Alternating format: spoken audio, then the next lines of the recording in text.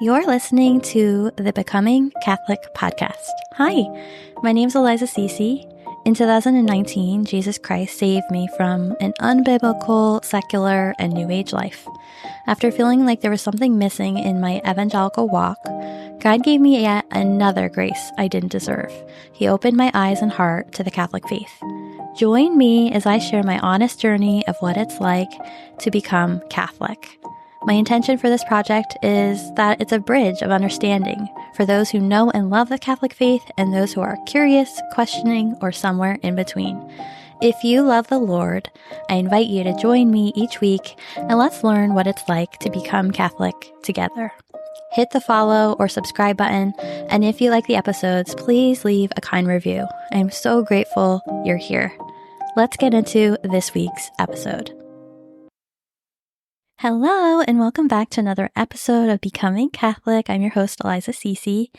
Today, I'm really excited because I have so many things to share with you. I want to share a whole ton of resources, but I just want to make sure that I just say up front, I'm going to share a lot of things with you. There's going to be an accompanying blog post that you can see in the show notes wherever you're listening to this. And then you can walk through with me as I share these things. You can click on the things that interest you. And hopefully this is just a huge help to you because these are the things that have helped me so much in my conversion. I've used these things when I was first knowing that I was going to become Catholic.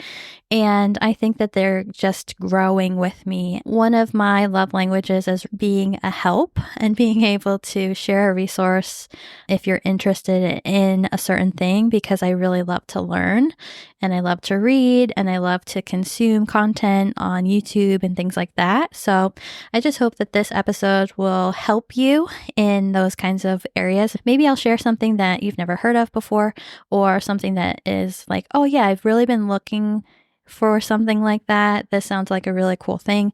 I want to try it out, that kind of thing. So before we get into it, I first want to just say that let's immerse ourselves in these things, but my intention is not to overwhelm you. So immerse, but don't overwhelm is going to be what we're going to come at this with. So I want to share some books, some teachers, some resources, some YouTube channels. I have some playlists that I'm going to share with you. Like all of that will be in the accompanying blog post for you to just go right directly to. And I just hope that this is going to be super helpful. But before we dive into all the resources, I want to share a little bit of kind of like the basics of what's been working for me in terms of growing and learning, and just kind of like the solid core things that I rely on and that I think if you're curious about becoming Catholic, or you're a little bit more on the fence even, or if you know for sure you're just kind of waiting for RCIA to start, or you're just waiting to be confirmed in the church and you want to keep growing in your faith or what the Catholic faith looks like, these are the core things that I recommend and that I continue to lean on. So let's just start there. So in terms of kind of creating this kind of basic structure for yourself, I would recommend 3 things. First, I would recommend getting a Catholic Bible. This is really important because the Old Testament has 7 more books than the Protestant Bible does, so you'll want to do that. Also, I find that the language and translation is different. Just like, for example, when you are used to, as a Protestant Bible reader, you hear the word love. It oftentimes in Catholic Bibles, it's translated as charity, and that's something that I find very interesting and beautiful. And they're just kind of like little tweaks like that I find different. And because charity is such an important piece of the Catholic faith, and it actually has a beautiful meaning, I find that having a Catholic Bible is just extremely important. I would recommend doing that first. I will link in the Amazon list that I have, the one that I have. I ordered it from Amazon and then I waited like 3 weeks for it to show up. It was worth the wait. It's like a little compact Bible that I love. And I think it's just something that you can take with you wherever you go. And I just find that it's easy to reach for. It's also beautifully set up. It's got like a nice font and nice paper feel to it. It's really lovely. So I would recommend just getting some kind of Catholic Bible that you love, whatever translation you like. What I always say, no matter what Bible I'm like whenever I'm saying for someone to get a Bible, it's like, get the translation that you will read, the translation that you can comprehend and understand, and that makes you want to reach for your Bible and makes you want to read it. Just find a translation that you love and that you enjoy and that you understand. The second thing I recommend is getting a catechism for sure. I think I've mentioned this before that I really love the Ascension Presents version. I have a soft cover, but the leather bound, it's like faux leather, I think, bound one is really nice too. I like visually how it's set up. There's lots of different color coding and different sections are easily distinguishable. And then after every important chapter, they have a summary. Overall, it's just really beautiful and easy to read. And that's all you need, right? It's something, again, like the Bible, you're going to want a catechism that you just pick up and want to read, that it's easy to kind of look at the sections and important pieces, and overall, just really nice to have one of your own that you feel like you can mark up, you can write in it, you can highlight it, you can write the notes and the questions. Like mine is all covered in different post-it notes and highlights and things like that over like things I have questions on or things I'm bringing into prayer, things that stood out to me. Yeah, so I think that that is really helpful. The third thing that I would recommend that you get is just a blank journal to take notes on your journey. Put down your questions, take note of the personal revelations you receive in prayer, or like when you go to adoration or you pray the rosary. Those tend to be the times where I get the most personal reflection and insight, it feels like, from the Blessed Mother or the Holy Spirit. It's just really helpful. And maybe I'll do like a YouTube video on how I've set mine up, but basically at the beginning of my journal, well, first of all, I've set aside this journal just to be for like my conversion. So in the very beginning of the journal, I have written out like this little timeline. So on the left-hand side, I have like my pre-Catholicism timeline of like when I was saved and the major key points of things that I want to remember and just kind of like keep track of, just to kind of like solidify me and everything that the Lord is doing and where he's started with me and where he's taking me. And then on the next side of the page, the right hand side of the page, I wrote down what all started to happen for me starting in Lent of 2023 and then all the way forward. And these are mostly like points where I'm just sharing, like what I was thinking about, what I was experiencing, the big questions that I was having, like that major prayer I had of really wanting to find my church home. And then January of 2024, I had that contrition dream and that kind of really start things moving. And then I have written down the date where I first spoke to one of the priests at our church, talking about conversion together, and just kind of like the main pieces that I feel just kind of like stand out that I want to remember and keep track of. I just make little bullet points as little markers for my specific timeline with all of this. So I also have journal entries of things like I wanted to remember the details of my contrition dream, so I have a space for that. Some of the frustrations I was having in Protestantism, I wrote those down to just kind of remember them. And then I have a whole section for the rosary, so the different mysteries, the joyful, the sorrowful, the luminous, the glorious, and little notes, like little quotes I found were really helpful and beautiful about praying the rosary. I wrote down and added some like little handwritten art and things of Our Lady's 15 Promises of the Rosary, just some notes and details of things also that I had questions on early on, like questions about the Blessed Mother. And so I have like this whole note section on Mother Mary and the things that I was had questionings on and the ways that the Lord has been answering me and I've been learning and growing in that section of my journey. And so I'll just kind of have like a page or a set of pages dedicated to the main things that I am working through. So it could be the Blessed Mother, it could be the Eucharist, it could be archangels and angels, guardian angels, that kind of stuff. Any of the things that you have questions on. I also have a section for prayers that I've memorized, or in the beginning I was practicing memorizing. So the Apostles' Creed and the Nicene Creed I have written down. I also have memorization of things like an act of contrition. I wrote down like a traditional one, a modern one, and then a simple one, just so that I could have, those three and kind of like go to that when I'm doing an examination of consciousness, since I can't do confession yet.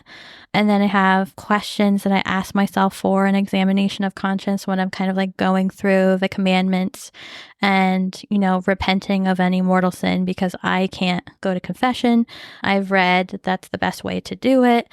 So that's really kind of helping me. Anytime I watch a YouTube video and I take notes on certain things, like I really enjoyed a few videos I learned about mental prayer and about Lectio Divina. So that was really cool. So I wrote some notes down in here. I also have a section of helpful prayers and just beautiful prayers that are not like technically, I guess, prayers from the church, but they're prayers from saints or things like that. I've just kind of felt an affinity towards and felt like I wanted to kind of keep them in one place.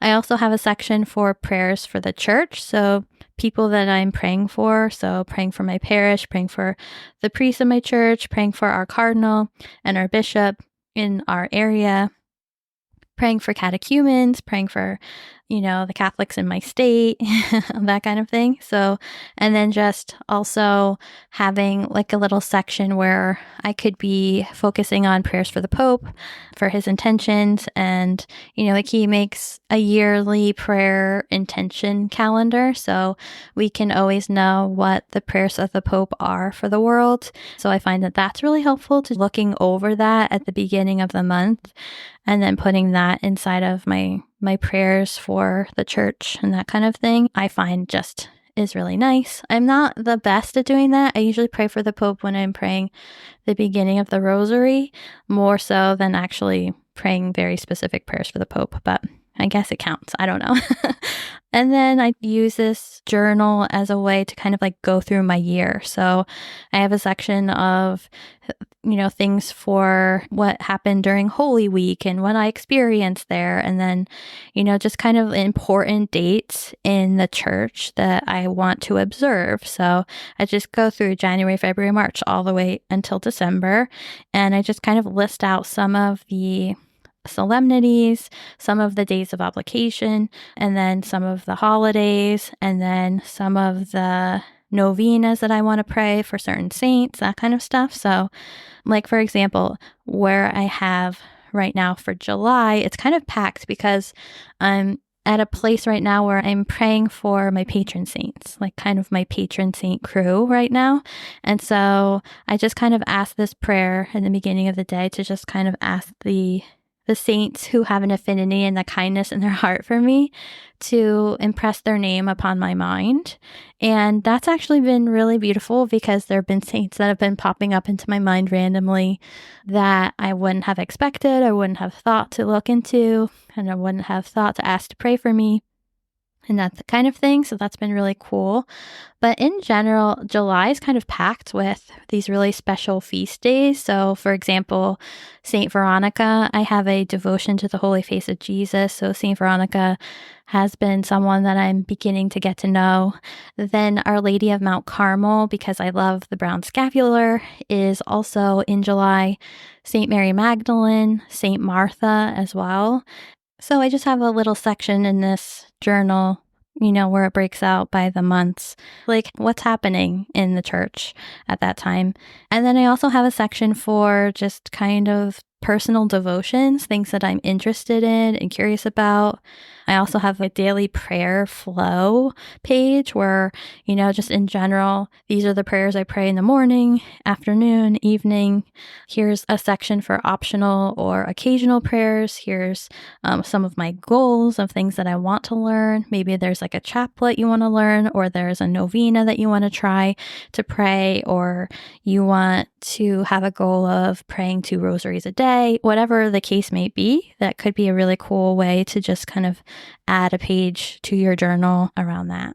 And then I have a really fun section where it's like discerning my patron saints. So I have a list of all the patron saints. I thought, hey, maybe one of these would be like my patron. And it's been a really fun journey because it's so unexpected. The saints who love us and want to be in our lives. And so I'm noticing that the ones that I originally wrote down, some of them, yes, I'm growing in relationship with, and some of them I'm like, I don't know why I chose that name, but I'm curious and want to kind of keep praying about it. And then, of course, like every week, it feels like I'm learning something new in terms of praying with saints, because I really want to grow in relationship with them, not just, pray for when I need something, but pray and build that relationship out with them. Overall, this is just a little journal. I like to use a blank journal with no writing on it. That way you can just kind of make your own fun sections based off of what your journey looks like. So maybe you have sections over, you're going through the catechism and you have questions in a certain piece of it, and you want to kind of journal out or write down your questions you have for your priest. Or maybe there's you just want to really build out a section for prayers that you love, or quotes from saints that you love, or maybe you have a devotion to praying for the holy souls in purgatory. And one thing that I have in my journal, there's a really beautiful prayer for every day of the week, Sunday through Saturday, for praying for the holy souls in purgatory. And so I have it written out for each day. And that's one of the things that I enjoy doing. And I have a little pamphlet with the explanation of the St. Gertrude prayer for the holy souls. And so I like to have that in that little place inside. It's just a really fun thing you can do to make it your own and just have fun with it. There's no rules to it. You make it what you want it to be. But overall, it's really just this journal that I hope to look back on and be really grateful that I kept up with it, because I'm going to want to remember this really exciting but nerve-wracking but beautiful but hard time of my life where I was knowing in my heart that I want to be Catholic, but I'm not quite there yet, And so it's this tug and pull all the time of just wishing I was, confirmed in the church, not able to receive yet, but also in that longing space but also being really grateful, honestly, for the experience of everything I'm learning, and that I actually get to go slow with it, that I'm not automatically just jumping ahead, because I really feel like the Lord is giving me this to slow down, because there's no reason to hurry. Right? So I hope that those 3 things, getting a Catholic Bible, getting a catechism, and getting a journal for yourself to kind of just write out the experiences you're having and keep track of everything that you're going through, those are kind of the core. And then I would say that if there was one bonus, say you had a budget and you were okay, I can splurge on one thing, then I would say you might want to think about getting a Roman Missal. Missal, if you're not familiar. Okay, because this is an investment, they run between $60 to maybe $80 to $100. I think I got mine for about $65, $70. So it's an investment. It's not like it's a $10 book, but it's a book that you buy once and you have it for the rest of your life if you want to. So the Roman Missal, Daily Roman Missal is what it's sometimes called. Basically, it's just, it has everything that's in the Mass and all of the daily readings of the Catholic Church. One of the coolest things about the Catholic Church is that we're all praying the same prayers every day. We are all reading the same daily readings every day, and they are all included in this book. So it's a little bit complicated how it's set up, so I would recommend going on YouTube and having someone walk you through how to use it, because there are different sections. But basically, there's prayers and the daily readings of the church. So all of the daily readings that are read and all of the prayers that are prayed during the Mass every single day are in this book. And what's really nice is that there's also like an English translation on one side and a Latin translation on the other side. That can be a really cool thing if you want to learn Latin at any point. But then there's the Eucharistic prayers, there's the Sorial Psalm, and then there's the masses for all the saints. So you can kind of go into one section and you can look up the date, like, oh, okay, it's July 1st. Let's see if there's a special observance for a saint or something today, I can look that up in this missal and it'll be there. The liturgical calendar is all in there. And it's always it has a bunch of, I think it has 6 ribbons to place your, hold your space for different reasons throughout the book. You could take this book with you and it's handheld, but it is thick because it has all these wonderful things inside of it. So, but it's, if you get one, you've gotten something that you can use for the rest of your life. And if you take care of it, there really shouldn't be a need for you to ever buy another. So it's something that can be really nice and useful for every day. But I would say that this is not something you have to have by any means, but it's something that is nice to have, right? Because luckily we have apps, and I'm going to share with you in our app section of this episode in a few minutes. There are some apps that you don't need to buy the physical book, but it's just nice to have if you're a person who likes to hold a physical book in your hands versus reading from your phone. So that, I would say, would be the bonus to your foundational setup. Okay, I just want to check in with you, make sure you're not overwhelmed, make sure that you're doing okay. And now we're going to move into the section where I'm going to share some apps with you. I'm going to share some YouTube videos that I recommend with a playlist, and I'm going to share with you right now some bonuses that would be like really great to have if you're starting up a library. So we're going to start with the bonus. Like if you wanted to add a few books to your library, I think that these are some good ones to just kind of have for yourself. So the first one would be to get a book on the saints so that you can just start to familiarize yourself with some of the stories of the saints, the names of the saints, who's who, what's what, and if you're someone who's going to be interested in figuring out who your patron saint will be, kind of reading through different books on saints can be just so helpful because you get a feel for them, you get an understanding of who they are. You get an understanding of if maybe you have similarities and maybe you're like, wow, they went through so many of the same things as me. They might be someone who really understands where you're coming from and would be an awesome ally to pray for you, right? So I would say definitely to get a book that you enjoy on the saints. Another suggestion I would say would be getting a prayer book.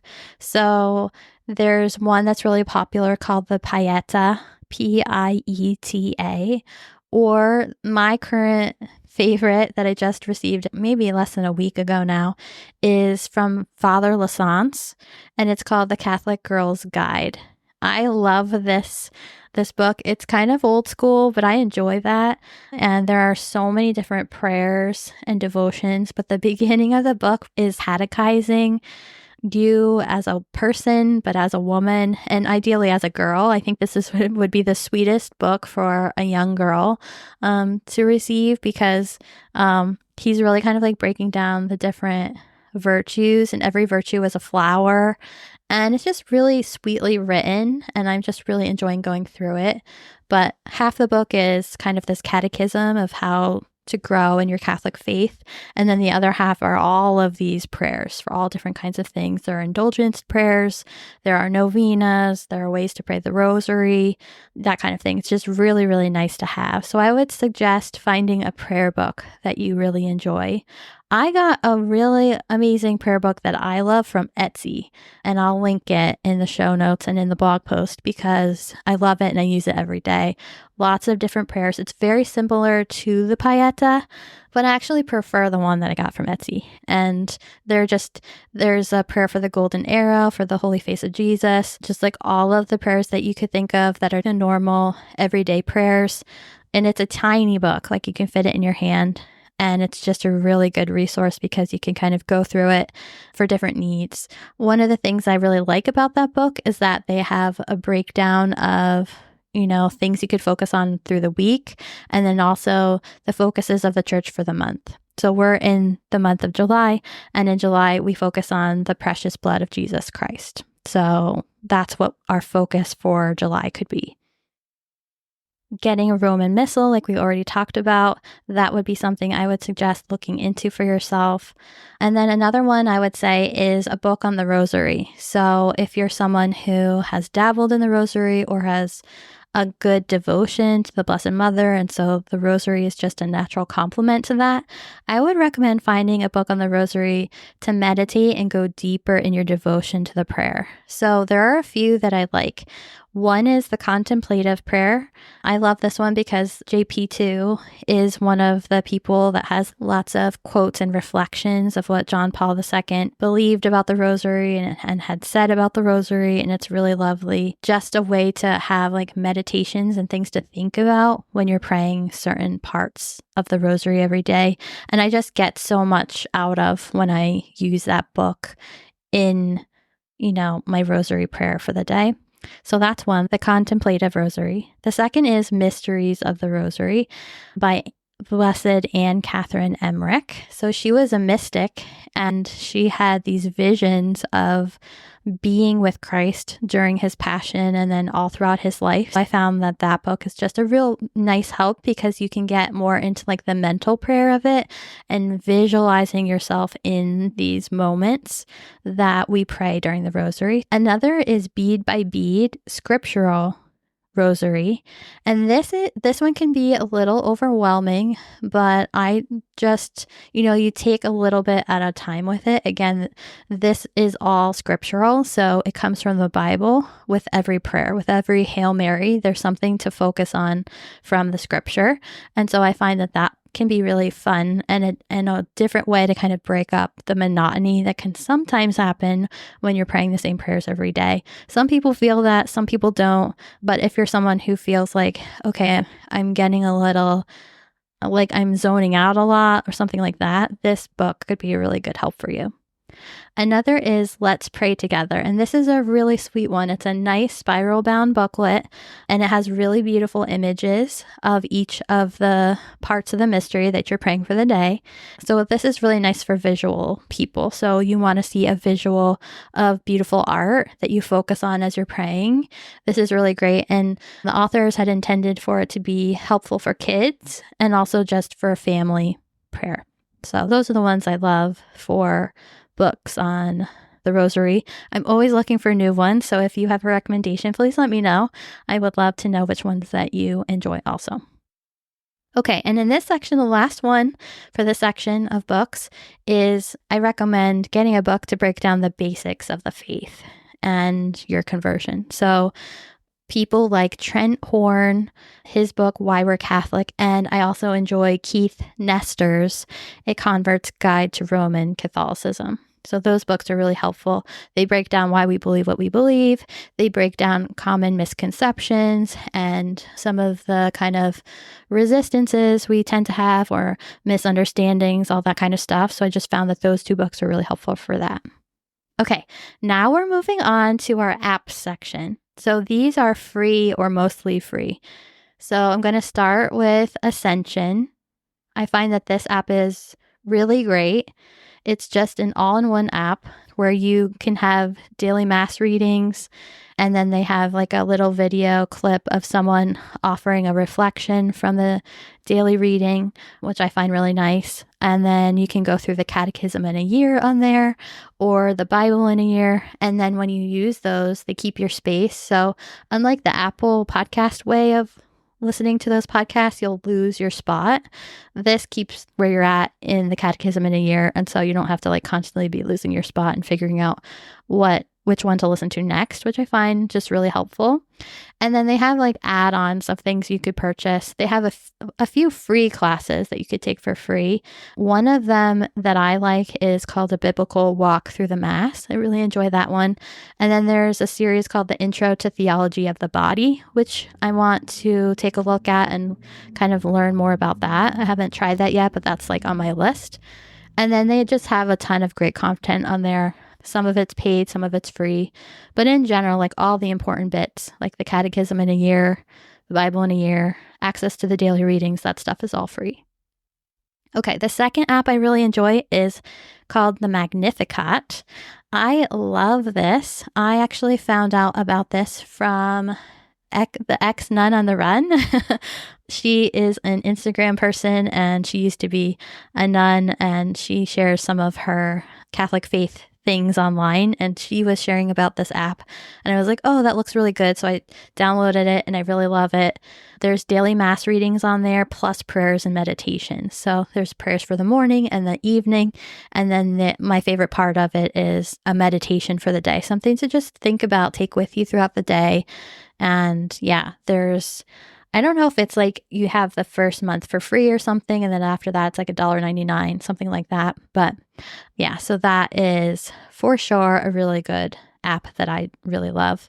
If you're someone who prays the Divine Office, I recommend the Divine Office app. I tend to only use this audio app during Lent. I tend to pray the Divine Office more at that time of the year. But if you're someone who's been wanting to get into that, this is the best app for that. It's all audio, and then there's like the visual of what's being said. And they have beautiful hymns being sung by the most beautiful singers. So even if you just go on for a few minutes to listen and just kind of like sink in your presence with the Lord, I find this app to be incredible.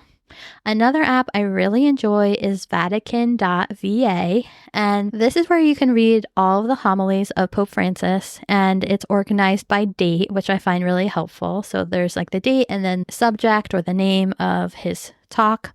And I just find that to be great because I like to read the general audiences of the Pope because there's most often catechesis, and I'm a learner and I'm learning new things, and I'm learning to kind of, put down my Protestant ways of doing things and pick up Catholic ways of learning and understanding the faith. And so those are really helpful to me. And yeah, I just think it's a really good app.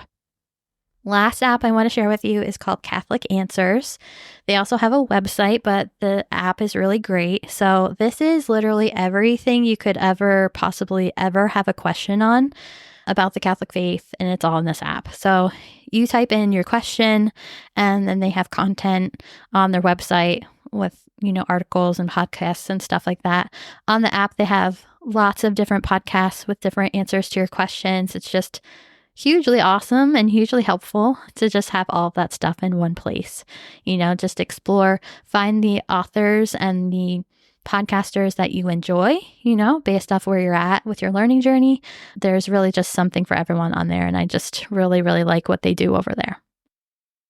Okay, now we're moving into YouTube. So I'm going to say up front, I have what's called a conversion playlist on YouTube. You can just click on that and you can kind of scroll through, and I'm constantly adding new videos to that playlist, but it's just got all kinds of different creators on there that I enjoy, that I learn from, things that have really stuck with me, or things that I want, I've listened to it once and I want to listen to it again, that kind of thing. So you can go right to that YouTube playlist called Conversion, and you'll have all the things I'm going to be talking about here.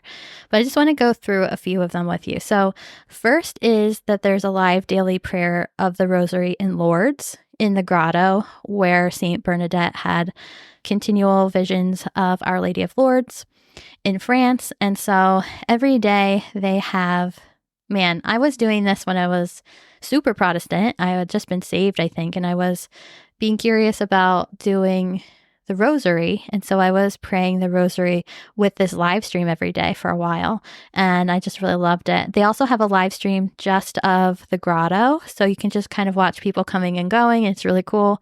And I think like you could just have that visual on in the background while you pray. That could be really cute. But I have those both linked in the YouTube playlist in case that's something that you would want to do. Another is the Coming Home Network.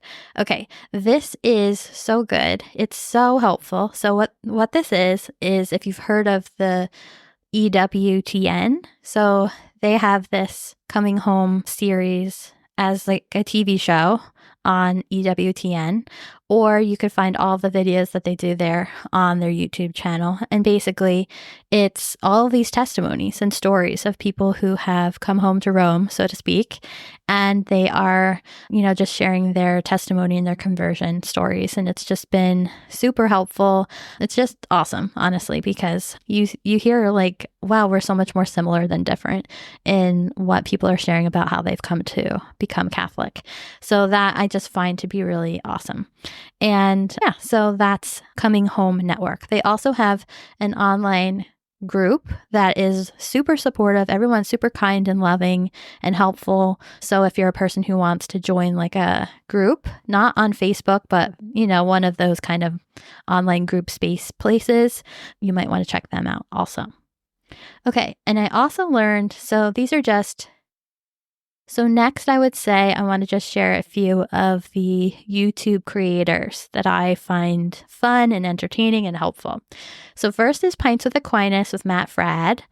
He's been awesome to learn from. He gets the best people on his podcast, and I just find him to be interesting. He asks good questions, and he's really good at just being strong in the faith. And I personally had a huge revelation when I was listening to his interview with Shane Smith, who's a comedian who got saved and converted recently. And so that was a really good one. So you could check that out on the playlist. Another creator that I enjoy is Keith Nestor. He's a former evangelical pastor who turned Catholic. And he's a little saucy, and I think it's just really fun. Like sometimes he gets fired up. I guess people are always in his comments being a little saucy to him, and so he's saucy back. And I think that like just that little bit of fire in him is fun to watch because he just loves his faith so much. And then other people to look up on YouTube I would recommend are Scott Hahn and Brant Petrie. They are the most amazing apologetics teachers for the Catholic faith.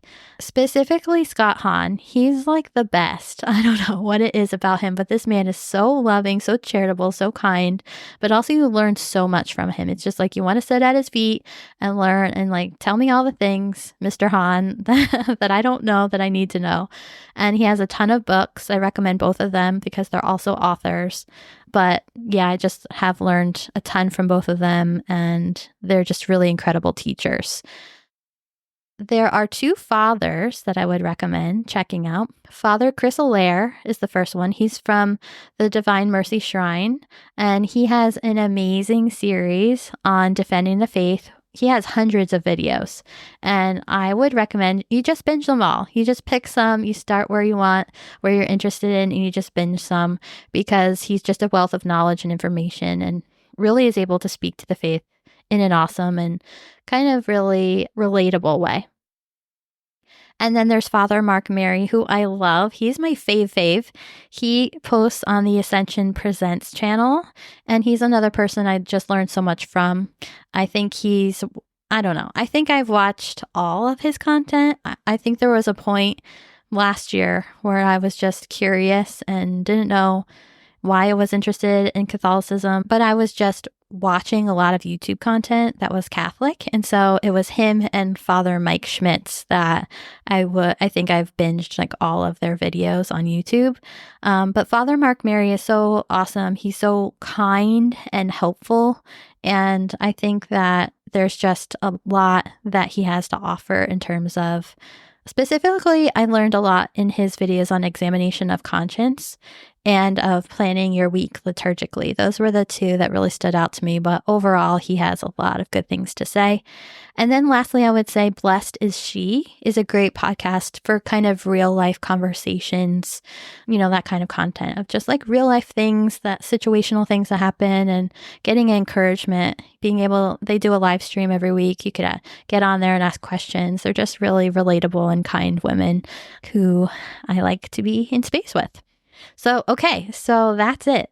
Not like that's it. That was a lot. But I hope that this was all really helpful for you. Again, there is a blog post with all of this stuff linked, and there's a YouTube playlist, and there's an Amazon list with the books and things like that I recommended. But yeah, so that's it. That's everything I wanted to share with you today. There's a lot that you can kind of search through and take in. And hopefully it's just the beginning of a nice rabbit hole sesh for you where maybe you click on a link to a YouTube video and then YouTube takes you to something else that, is more your style. But I hope that this episode was just helpful for you. It got you started in the right direction in a place where you might have had confusion or questions.